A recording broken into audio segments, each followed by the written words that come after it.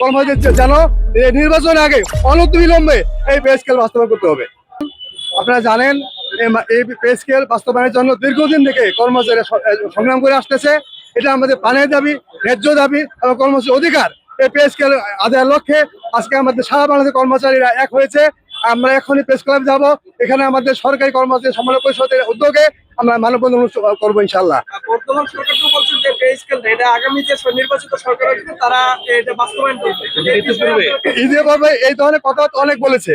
তারা বলেছে এই সরকার আমলে বাস্তবায়ন করবে। যদি তাই বলতো এর আগে কেন আমাদেরকে এই মিথ্যা আশ্বাস দিয়েছে? এই মিথ্যা আশ্বাস দেওয়ার পর ইতিমধ্যে আপনারা জানেন দ্রব্যমূল্য একাধিকবার বৃদ্ধি পেয়ে গেছে। আমরা আগে যে মূল্য যে দামে পণ্য কিনতাম এখন তার কয়েক দফা মূল্য বৃদ্ধি পেয়েছে শুধু পে স্কেল দেওয়ার দাবিতে। আমরা সরকারের কাছে জানাতে চাই আমাদের এই পে স্কেল দ্রুত বাস্তবায়ন করতে হবে এবং কর্মচারী অধিকার নিশ্চিত করতে হবে। কর্মচারীদের যেন নির্বাচনের আগে অনতিবিলম্বে এই পে স্কেল বাস্তবায়ন করতে হবে।